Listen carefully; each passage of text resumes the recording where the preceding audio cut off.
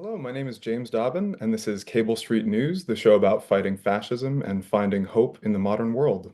My guest today is Emma Dent Coad, the former Labour MP for Kensington from 2017 to 2019.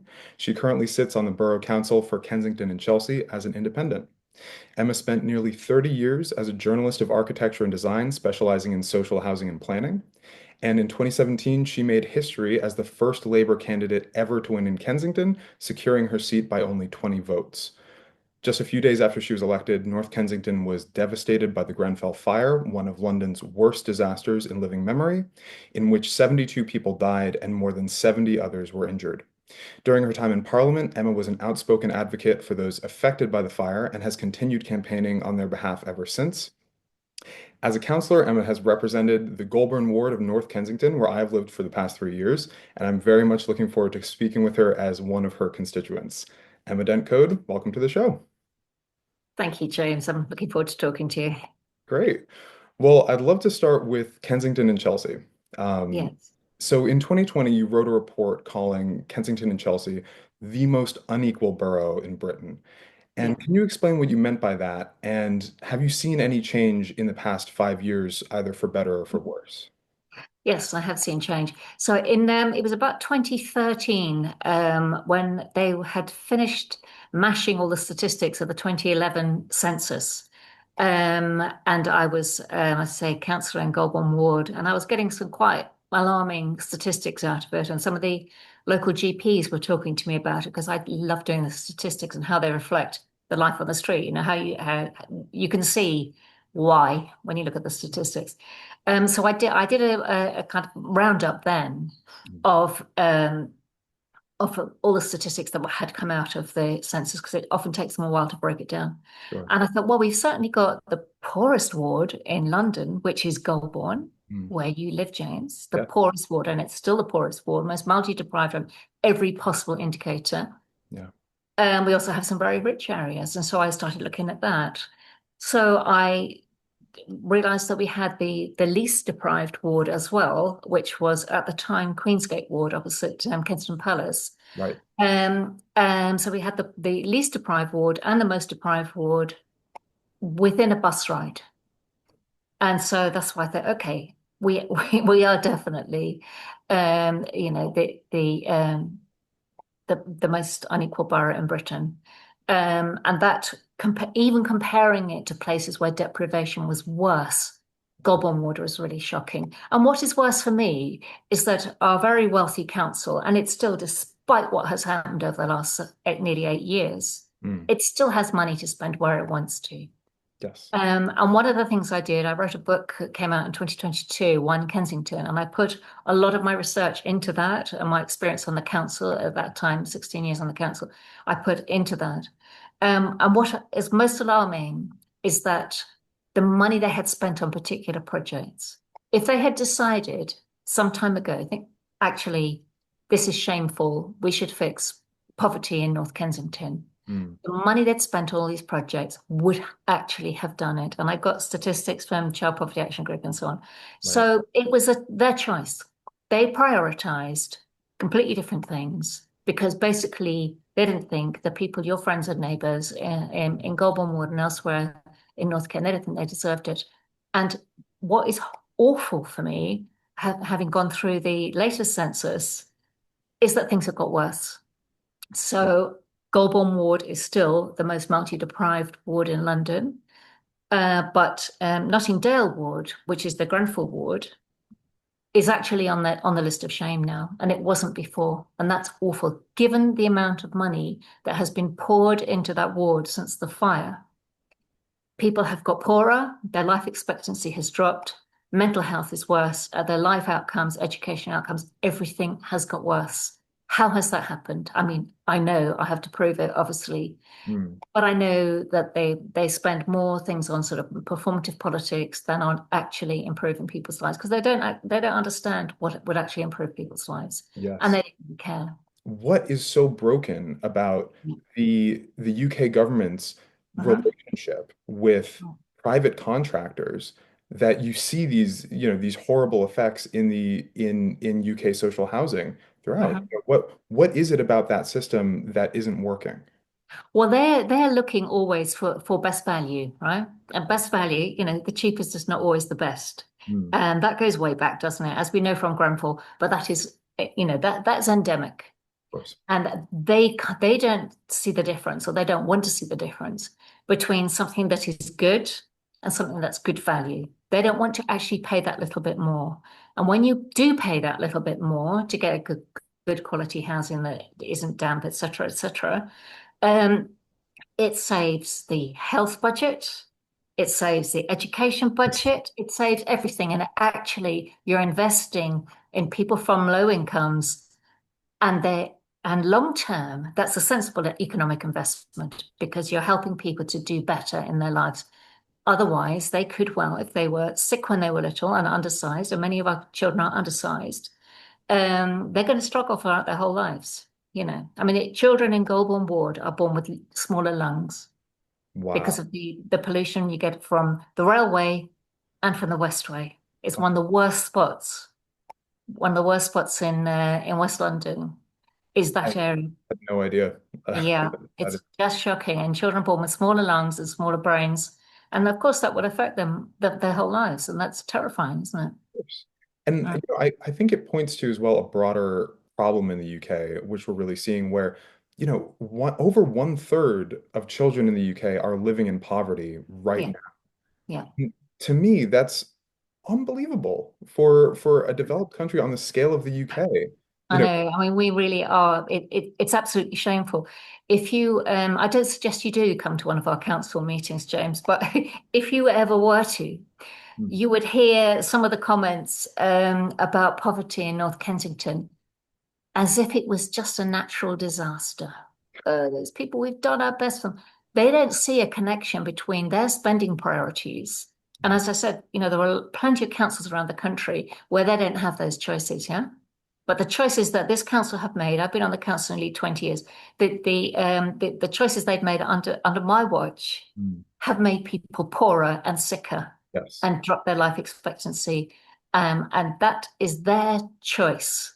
They Yeah. had a choice to change that, and they chose not to. They chose to spend £25 million repaving a street, Exhibition Road, and they chose to keep on investing in a loss-making project, which was Opera Holland Park, which has cost, I worked out over the years, £50 million. And they could have used that, if they'd chosen to tackle poverty and improve people's lives and health, Yeah. which would be better for everybody. So if they can't see that, we know the kind of people that they are, don't we? It's not a priority. And Yeah, I think you saw this over the 13 years that the Tories were in power, really, yeah, where investment wasn't going into lower income communities. It was, larger and larger amounts of wealth were being concentrated at the top. And now that we yeah. have a Labour government in power, you know, it seems, and they've been in power less than a year, but it seems that they've largely been unable or unwilling to Uh-huh, do what it takes to reverse that. Um, uh, and as someone who has been in Parliament, I was wondering what your take on the current trajectory of the Labour Party is. uh. And obviously, you once were a member of the Labour Party, and now you've decided not to be. Yeah, I was a member for 40 years. Yes. And I was leader of our Labour group. We had 13 Labour councillors. Well, all of them were in the North Kensington. Yeah, all the councillors up there were Labour at one point. They now have eight for various reasons. So there were a lot of things after the new leader came in, Sure. when that I just couldn't get along with at all. That I was getting more and more uncomfortable, and I thought, this is not the party. This is not the party I joined all those years ago. It's never been perfect, but had always been a broad church. So Yeah. all the years under Blair, which I remember very well, we were out there campaigning about this or marching against Iraq or whatever it may have been, certainly marching against Iraq Mm, regularly. And we have a lot of Iraqis in North Ken and allies and friends. yeah. Um, Nobody got thrown out of the party for that. No Mm, one got thrown out of the party. It was part of the broad Labour movement. And then it was getting narrower and narrower and narrower. And I thought, well, am I allowed to think anything? What am I allowed to think? I'm an intelligent woman. I've got my own skills. I've got a lot of experience in the built environment. I'm quite useful, actually, or I should be useful. Why aren't I allowed to have thoughts about this? I've been a peace campaigner since I was in my teens. I've always Yes, been a peacenik, yeah, since I remember anything. definitely. Am I now not allowed to express my thoughts about that? So it was getting worse and worse for me. And the week I actually resigned, on the Monday, Diane Abbott was suspended for making some completely awkward comment Right. about what was going on, which the wording was wrong, and she deleted it, apologized, and rewrote the thing, her statement. Yeah, and then she was suspended for that. I Mm. mean, the number of current MPs who've said terrible things or done terrible things, let's not even get into that, who are still there. So they were looking for an excuse to squeeze her out. Yeah. Sure. That happened, and then on the very next day, it was in the press that I try not to use names all the time, but Keir Starmer had taken hospitality, well, many times, from Mullally, which is a company that had refused, a construction company that had refused to remediate four tower blocks down in Portsmouth, had been taken to court and fined £10 million because they were refusing to remediate four buildings full of human beings Hmm. who were living in extremely dangerous circumstances. Wow. Terrifying. And he'd taken hospitality, and I was getting phone calls from Sorry, friends and just to neighbors and clarify, Keir Grenfell Starmer survivors. took Yeah. took 1,000 pound football tickets from that company. Is that right? Yeah, Yes. that's right. That's right. So I thought, okay, we should write to them. So I checked with the ward councillors from the Grenfell ward, which is just down the road from me, and I said, yeah, yeah, you must do this. Write to him and ask him to apologise because clearly he doesn't know. Yeah. So Mm. I did that. I put it in social media and so on, and then other people in my group who hadn't been in the Labour Party for 40 years, they go, oh, you can't do that. You can't criticise the leadership. So yeah, you can. Of course you can. He's made a mistake. He should apologize. People are genuinely upset. They go, what, why is your leader doing this? He's your leader, Emma. Why is he doing this? So the pressure got a bit too heavy. And Mm. I thought, I'm done. It was literally overnight. And Sure. I resigned as leader of the Labour group and I resigned from the party within a day. I was done. Right. And it had been building up for such a long time, this horrible oppression that anything you say or do, people are watching you all the time. But no, I'm sorry. I've been elected numerous times, including Parliament, obviously. I'm not a bad person. Why are you stopping me from, talking about peace and justice and all the things that I care about? So that was it. So I've been an independent for just 2 years now, Right. and feel much better, actually. Thank you. So do you see that sort of movement within the Labour Party of clamping down on people who are outspoken, people who don't necessarily agree with the leadership? To me, that seems to almost be paralleling what you see on the right, where, Yeah. under the Trump movement, for example, anybody who commits thought crime is excommunicated and targeted, by his supporters. And do you perhaps see in labor as well, and in the Democrats in the US, now we're getting books about how, the Democrat establishment knew about Biden's mental decline and, were unwilling to say anything. Do you see that in the Labor Party they're sort of mirroring that on the right?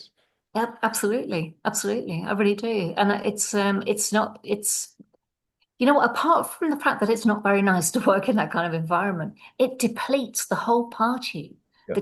the way that things work and improve. How can you improve a situation without critiquing it? And I've got a bit of academic background but that should happen anywhere. You should be able to improve things by critiquing them. You read things, and I always do my homework, you read something and think, actually, this doesn't sound right. Is this correct? Is it right? Or is this a mistake? Because we need to improve that. That's not good enough. And suddenly you're not allowed to do that. You just take it as a tablets from stone, uh, tablets of stone. And yeah, and I do think it does have fascistic overtones, I'm Well, afraid.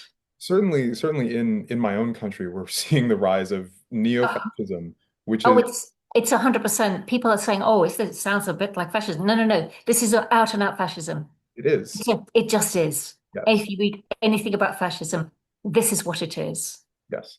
And Yeah. I was listening to Timothy Snyder, the historian, talk about sort of what strategies could be for combating fascism and what we need to do to Hmm. organize and combat fascism. Yeah. And one of his main points was that we need to seek a broad coalition, even Yeah. with people we disagree with. And Hmm. what you've just been telling me about the Labour Party, to me, makes me think that this insularism and this excommunication of other views is Yeah. really what might be holding us back from that. Yeah. No, absolutely. I mean, I do think very strongly. I went many years ago, I went to a meeting with counter-terrorist police. So they're the most terrifying people I ever met in my life. Thought, talk about thought crime. I thought, do I dare say anything here because they're going to be watching me? And that was quite fun. And I thought, well, and it was a Forum of Faiths event, so we could actually have a conversation. And they're saying why, and it was a time when some of our young people were leaving school and going off to Syria, and it was a terrible, terrible time for their families, but also for the young people who fell into something that they really hadn't reckoned on what they were doing. Awful, terrifying, terrifying. And they're saying, well, why are they doing this? They're all being they're online and they're just being radicalized in their bedrooms and blah blah blah. I said, well, the trouble is we don't have a counter ideology. Mm, What is the counter ideology that we can offer them? And I think that's really, really strong. We needed a counter ideology for those young people who just saw loads of adults, mostly white men, arguing with each other about stupid things on, PMQs, whatever it was, completely irrelevant to them. absolutely. They may or may not have had decent youth clubs, probably not, because the council was shutting them down because they cost money. Hello. Um, and yeah, so where was this powerful counter ideology? So I do Mm, think now it's the same thing, that there's a vacuum of ideology, yes. positive ideology in the Labour Party, and it is I thought crime and so on.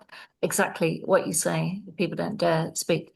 But how you counter that is by having a really strong positive counter ideology. And what Farage has done, and those people on that side, they've offered completely false Yes. hope to Yes. people who have none. They've offered something which is upbeat and cheery. You see him on, he's a great speaker, Oh yeah. terrifying, but Yes. he's a great speaker. He's upbeat. You see him and then you see Starmer, you think, oh, if you're not actually listening to what they're saying or seeing behind what they're saying, go, oh, who would you go for? No, this is, I've seen lifelong union members saying they would give reform a go Mm, because wow. they're more powerful or Wow. they speak well or whatever it is. They're offering something else. And they haven't looked behind the scenes of what they are being offered. It's a facade. We know that. Yes. Yes. But But they it's an ideology. So what offering we're missing is that positive ideology in answer exactly. to the question. Exactly. No, I couldn't agree with you more. Yeah, And I think, in the current political system, we're yeah, locked into sort of a dynamic where we have parties that are really center right, moderate, and yeah, parties that are extreme far right. And yeah, the center right keeps creeping further and further to the right to try to yeah. appease the extremists. I mean, we saw just the other day Keir Starmer announcing a crackdown on legal immigration, I right? know. As if that will appease the Faragists. So, I guess where I'm going with this is, do you think that the Labour Party, as it currently stands, is Uh, capable of fending off a Farage-led government in the next 4 years? no, I don't. I really don't. I know I'm one of many, many independents who've left the Labour Party. So we all have similar politics. And who are working towards something else, a different, not necessarily, it may or may not be a party, but some kind of alliance anyway of the left. Um, and that should take time. It's taking time and it should take time. We shouldn't rush it actually. And we need to listen to people as we go along. But something will definitely come out of that.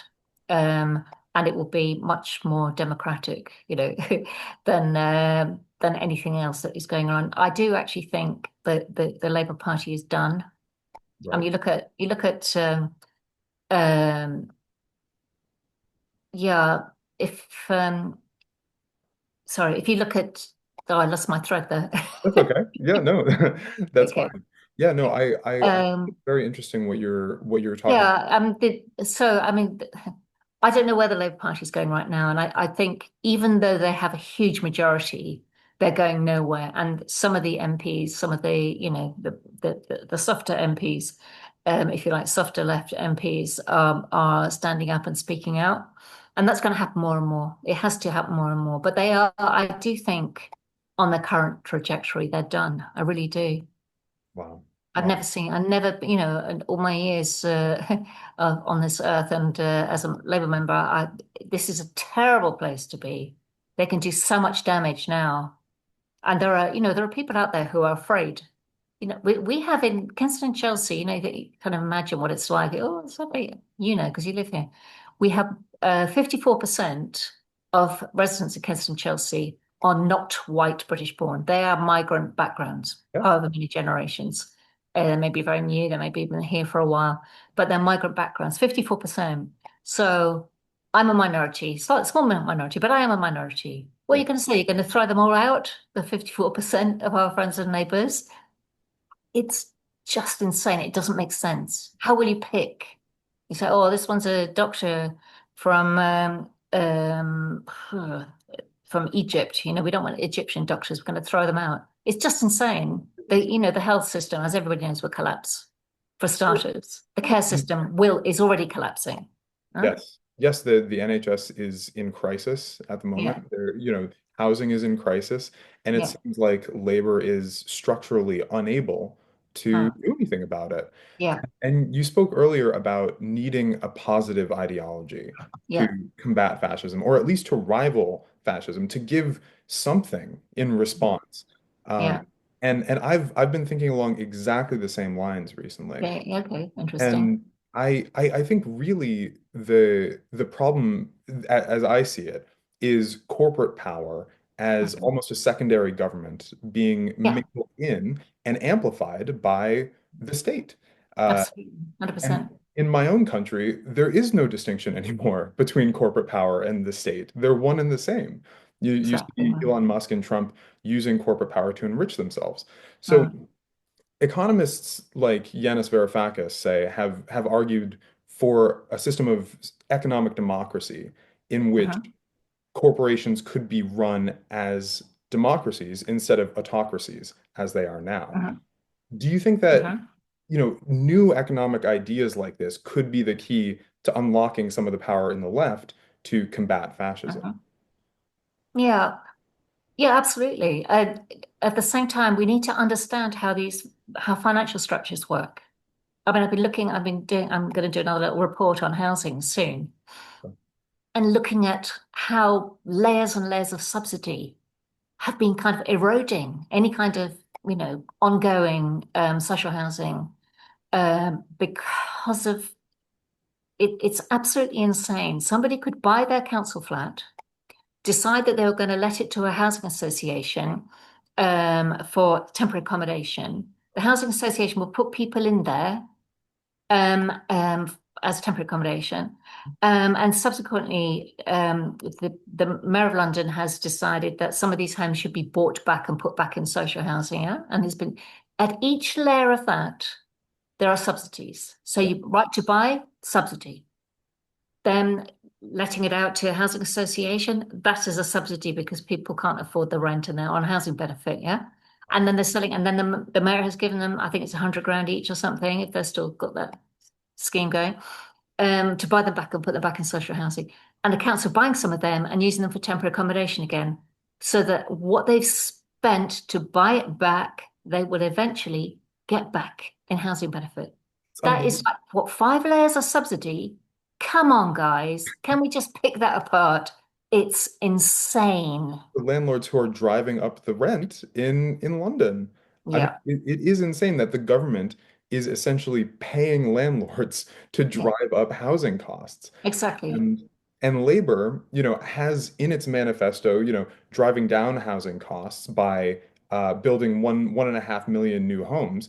I mean, now they're not even meeting their own targets. But Yeah, even if they they will never were, be able to do that. It's impossible. It's physically impossible. Yeah. exactly, exactly. Mm. And I mean, the other side, the flip side of it, and it's something I'm trying to dig into in this report I'm doing, and it's really hard to get the stats on it, is that is a kind of it's a false scarcity. So in this borough, and it's not the same everywhere else, but there will be instances of this elsewhere. Yeah? In this borough, we've got 2,500 empty homes, permanently empty. Yeah? And so many of them will be luxury homes, some may be social. I don't know. I don't have all the stats on that. And then we have another whole layer of second homes. There's 9,500 second homes. So people may live there periodically or never. Yeah. And then we have 9,000 Airbnbs where people aren't living. Wow. So there was a report I found, and they used the term unused homes. Mm. So we've got 18,000, is that right? If I added that up right? Uh, Something like that. Unused homes in the borough. And because people aren't living there permanently, all the other prices are going up because it's a scarcity. They created scarcity, Exactly. haven't Yes. they? So it's a fake scarcity they created, making all the other values rise. And I've also found out that some of the developments, the brand new developments that haven't sold, they take homes off the market permanently to keep the price up. And I Wow. found two places where they have done that. They've already made their money, and they don't want to drop the price, the sale price of the other ones. Sure. So they just take them off the market permanently. It's And unbelievable. that also it retains the ridiculous price that people have paid for the the insane price that they paid for some of their homes. Yeah. And it preserves this fabulous facade of the super rich prestige luxury homes being really expensive in the borough. Actually, it's all, it's that has been falsified, to put it politely. Wow. Yeah? That's it. I mean, to hear it like that, it's hard to believe. And No. I mean, that also goes hand in hand with the sort of wider movement of wealth inequality, where Yeah. the people at the top gaining more and more wealth, where do Yeah. they put that wealth? They put it into assets and put it into land, you know, Mm, driving up the housing prices even further. mm. So I see all of this as, basically structurally interconnected, all of these Yeah. problems. And And that all that money is wasted. They're not actually putting it into social housing because they don't want people to live in social housing. I see that as deliberate, but it's kind of happened over time. And that is money wasted. It's not going anywhere yeah, purposeful. Huh? and the government really is being starved as well of Uh, the taxes that it should be collecting on these properties. Absolutely. But they're also complicit in the whole system because they. Haven't acknowledged it or, And I mean, when I was in Parliament, I think there were about five different secretaries of state and ministers. It was just insane. None of them had any knowledge at all about what had happened at Grenfell or why, or neither did they care. We now have, Secretary of State and Minister who are a bit more on the ball. Honestly, they do their homework. So I have to keep my fingers crossed for that. But they're still not challenging the system, and they can talk about 1.5 million new homes till the cows come home. It's not possible. And if you read the construction press, it explains exactly why. Yes. Um, it's a shame, and neither is that the solution. Just building, building, building. It's not the solution. I mean, if the structural problems in the economy are not fixed, then it Mm. really doesn't matter how many new homes you build, Exactly. If you have Exactly. that system of, as you put it, false scarcity. Exactly. Yeah. Yeah. Yeah. Well, turning to sort of US UK relations, Yeah. and the rise basically of what we would both see as fascism Hmm. in the US. What do you think the US's or the UK's stance should be towards the US? Because we've seen a very, very friendly outlook from Starmer and from the Labour Party towards the US and attempts to negotiate deals and, sort of a soft approach. Um, Mm. what do you think the UK government should be doing in response to a more authoritarian US? Yeah. I mean, we had to stop being the butler. We really do. We are now the the butler for Donald Trump, as far as I can see. We're just delivering the bits that he wants, the things that he wants, and protecting him from the things he doesn't. And that I went to a Catholic convent school, and some of the nuns there were very bright. And when I was about 13, heaven knows why I remembered it, but I always did. I think she was either a history or geography teacher, and she said, "Girls, What will happen to Great Britain is either we'll be sucked into the by the Americans, or we'll be sucked into Europe, and we must work with Europe. Otherwise, the Americans will take us over and put us in their pocket. And she was right. She was right. We are literally in their pocket.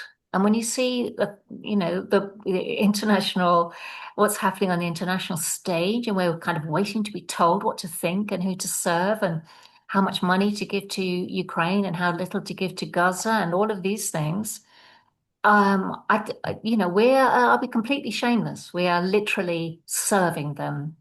And I think that's very wrong. We have no integrity.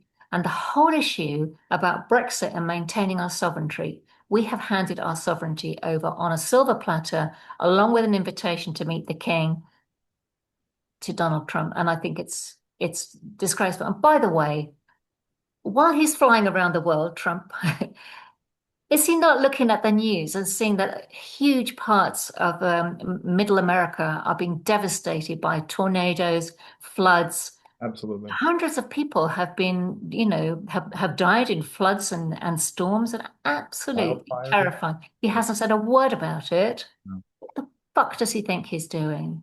He's not in charge of the world. He should be looking after his place too. He doesn't care. He He doesn't. doesn't. It's, I mean, it's strictly, it's a, as Snyder was saying, it's a new form of fascism, really, Yeah. where the ones in charge care even less about their own community Mm. than the fascists in the 40s seemed to do, you know. Absolutely. Yeah, Absolutely. Yeah.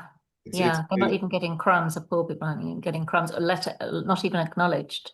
exactly.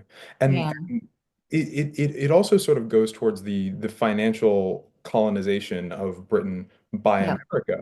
where now you see American venture capital coming into London, coming into the UK as a whole, and essentially asset stripping the UK. Mm.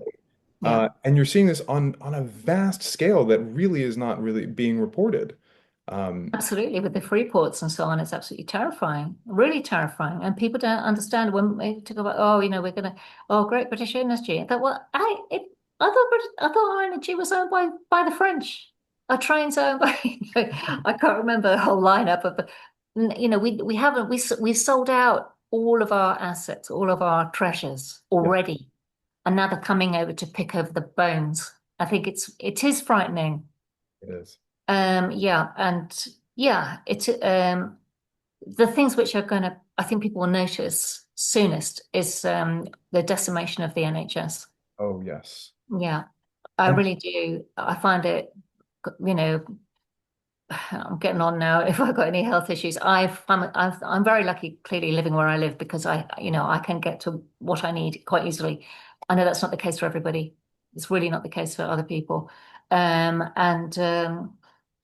the waiting lists and so on are just terrifying, absolutely terrifying. can I ask what you see as the main issues, the root issues facing the Mm, NHS right now, and what the mm, Labour Party should be doing to mm. address those problems? Well, the very thing that they're not doing, which is to stop privatization, because the private sector are not helping. They're sucking No. up our money. They're not helping us. They're not helping us by somebody, having their hip done privately. It's nice if you get your hip done privately. I've had two hips done by the National Health, but I know some people have been, sent by the National. So fantastic. But that's money leaving the system. Yes, It's not coming in. So that's it's money being wasted, and often it's the same doctors, it is. and it could be nurses who have left the NHS because they can't afford to live on their meager income. Exactly. So they are sucking up. Or I've got a whole family of doctors and nurses, eight doctors, three nurses. Wow. The difference between when my father was a doctor as a consultant and keeping us all going, six children, and my mum who worked in the house, he could do that. Yes, And other family members, younger, there's no way they could afford to run a house with a partner not working. So the differential is insane. it is. Why would people, after all that training, dedicated, good people, go through that training, have a massive debt, and then be paid peanuts? because they care. Why are they going to do that? Are they going to do that now? I don't know. It's to me it seems like pure exploitation where Yeah, and this is where you're seeing the junior doctor strikes yeah, uh the basically people cannot afford to live on these mm, salaries and absolutely. there's something that seems deeply wrong with the NHS. Um, Mm, and of course, the solution on the far right is privatize it all. yeah, Farage saying the other day that he doesn't think that the NHS should be publicly funded anymore, and he somehow gets away with it, because nobody presses him on what he actually means by that. yes. But, as an American, I understand that to mean we will be shifting to an American insurance system, Of which course we will, yeah. was Which some disaster. people won't be able to afford. And they just die off earlier, and it's horrible. And that is already happening slowly but surely, because people who don't have sharp elbows, or people who are living in areas where you don't have access to good healthcare, are going to die earlier. And that's job done for some people, isn't it? Wow. Yeah, Yeah. So I think it's very frightening. As I say, privatization is sucking money out, like so much of outsourcing has over the years. We've been outsourcing all kinds of things in the council for the past 20 years, and a lot of it's gone hideously wrong. Hideously wrong. We've yes. lost tens of millions on some of those things that we've done over the years. Like we did a report on it. It's just insane. Mm. Yeah, it seems to go towards that whole corporate government matrix where Yeah. the corporations basically can use the state structure as a moneymaker. And Yeah. this has been going on in the UK now for a long, long time. And Yeah. I'm wondering if you see that as sort of the legacy of um, policies essentially adopted around the 2000s by New Labour, and then by the Tories, following on after that. Absolutely. No, it absolutely. So Blair started a lot of that, definitely.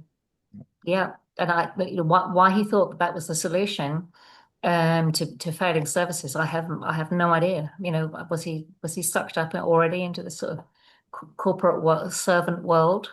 I don't know. I don't understand. And the money isn't even being reinvested. That's a huge thing for me. The money just goes up and sits on an island in the Caribbean somewhere. No, Exactly, in a tax haven, right? it's a tax haven somewhere. And it's not coming back to us at all. It's just being sucked out of the country.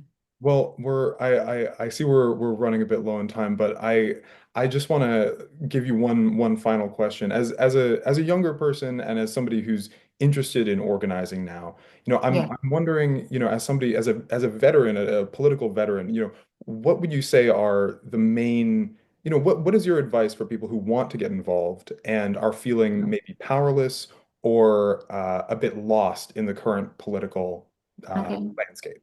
Well, I'm going to recruit you to help me in the local elections next year. That's a good start.